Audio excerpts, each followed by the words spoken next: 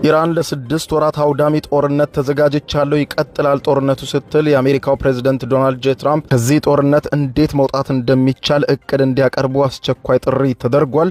ይህንን ተከትሎም ክቡራን አድማጮች የአሜሪካው ፕሬዝዳንት ዶናልድ ጄ ትራምፕ ከሩሲያው ፕሬዝዳንት ቭላዲሚር ፑቲን ጋር ከተነጋገሩ በኋላ ፑቲን ደግሞ ከኔ ነዳጅ እንዲቀርብላችሁ ኢነርጂም ለአውሮፓ እንዲሰጥ ከፈለጋችሁ የጣላችሁትን ማዕቀብ አንሱ ማለታቸውን ተከትሎ ለመጀመሪያ ጊዜ ከ4 ዓመታት በኋላ በዩክሬን ጦርነት ምክንያት አሜሪካ የጣለችውን ማዕቀብ በሩሲያ ላይ ልታነሳ እንደሆነ መሰማቱን ተከትሎ ይህ ደግሞ ዩክሬንን የበለጠ አስደንግጧል።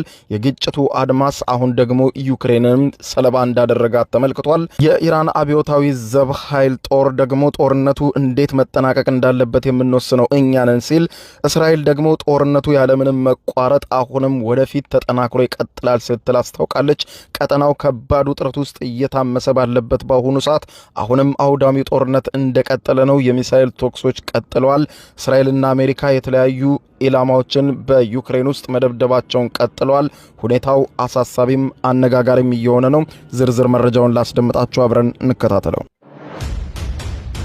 በቅድሚያም የመካከለኛው ምስራቅ ጦርነት ባጭሩ ይጠናቀቃል ቢባልም ነገር ግን እየፋመና እየጋመ መውጫ ወደሌለው አዘቅጥ እየገባ ነው። ኢራን አውዳሚ ለሆነ የ6 ወራት ጦርነት መዘጋጀቷን ይፋ ስታደርግ የአሜሪካው ፕሬዝዳንት ዶናልድ ጄ ትራምፕ ደግሞ አማካሪዎቻቸው ከዚህ ጦርነት አሜሪካ በፍጥነት የምትወጣበትን መንገድ እንዲያመቻቹ አዘዙ።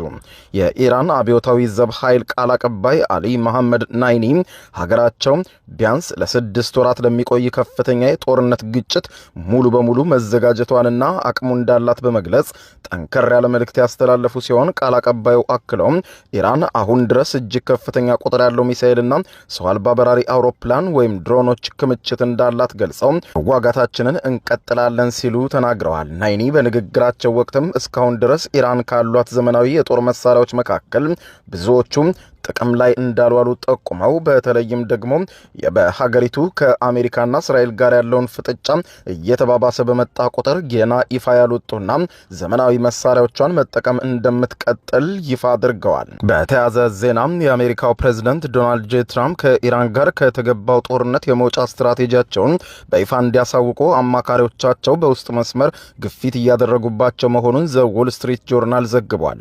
ስማቸው ያልተጠቀሰም ምንጮችን ዋቢ አድርጎ ዘ ዎል ስትሪት ጆርናል እንደዘገበው ከሆነ የትራምፕ አማካሪዎች የአሜሪካ ጦር በኢራን ላይ የነበረውን ዋነኛ ወታደራዊ ግብ አሳክቷል ብለው የሚያምኑም አሉ፣ የማያምኑም እንዲሁም።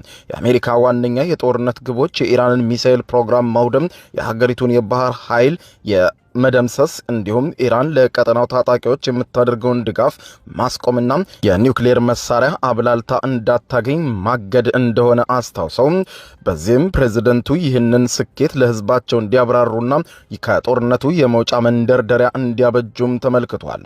የዋይት ሃውስ ፕሬዝዳንታዊ ቃል አቀባይ ካሮላይን ሌቪት ዘገባውን በጥብቅ አስተባብለውታል። ቃል አቀባይዋም ይህ ከማይታወቁ ምንጮች አገኘን እያሉት የምትጽፉት የፈጠራ ወሬ ነው ሲሉን ያጣጣሉት። እስከማውቀው ድረስ ፕሬዝደንቱ እንዲህ አይነት ትዕዛዝ አልሰጡም። አማካሪዎቻቸውም በፕሬዝደንቱ ላይ እንዲህ አይነት ግፊት አላደረጉም። ጦርነቱ ይቀጥላል ብለዋል። በአማካሪዎቹ ዘንድ ስጋት የፈጠረው ሌላው ጉዳይ የፖለቲካ ጫና መሆኑን ተከትሎ ነው። ጦርነቱ የሚራዘም ከሆነና የነዳጅ ዋጋ ከዚህ በላይ የሚንር ከሆነ በቀጣዩ የአጋማሽ ዘመን ምርጫ የሪፐብሊካን ፓርቲ ድጋፍን እንደሚሸረሽረው ከወዲሁ ታምኗል።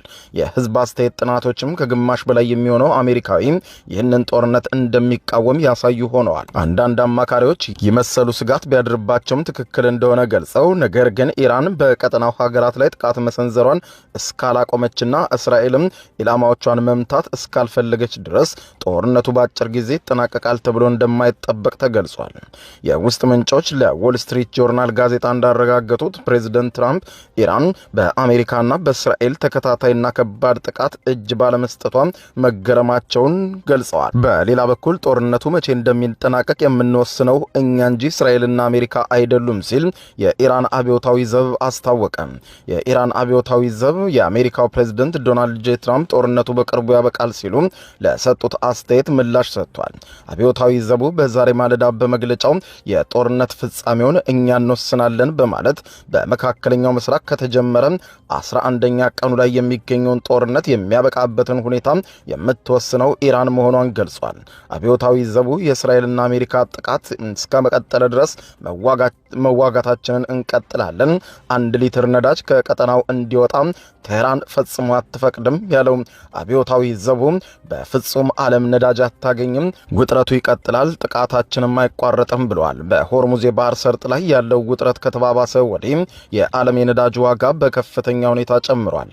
የዓለም 1/5 ነዳጅ የሚተላለፍበት የሆርሙዝ ሰርጥ በዓለም አቀፍ የነዳጅ ገበያ ላይ ከፍተኛ ተጽዕኖ መፍጠሩ ይታወሳል። ይህ በዚህ እንዳለ የእስራኤሉ ጠቅላይ ሚኒስትር ቤንያሚን ኔታንያሁ የኢራንን አገዛዝ እየሰባበር ነው እንቀጥላለን ሲሉ ዝተዋል። የእስራኤሉ ጠቅላይ ሚኒስትር ቤንያሚን ኔታንያሁ ከኢራን ጋር ስለሚያካሂዱት ጦርነት በማህበራዊ ትስስር ገጻቸው ዛሬ ረፋዱን ባስተላለፉት አጠር ያለ መልእክት ኢራንን እየሰባበርናት ነው ብለዋል። ዋና ዓላማችን የኢራንን ሕዝብ ከአገዛዙ አብዮት ማላቀቅ ነው ያሉት ጠቅላይ ሚኒስትር ኔታንያሁ የመጨረሻው ውሳኔ ግን የራሳቸው የኢራናውያን ነው ብለዋል።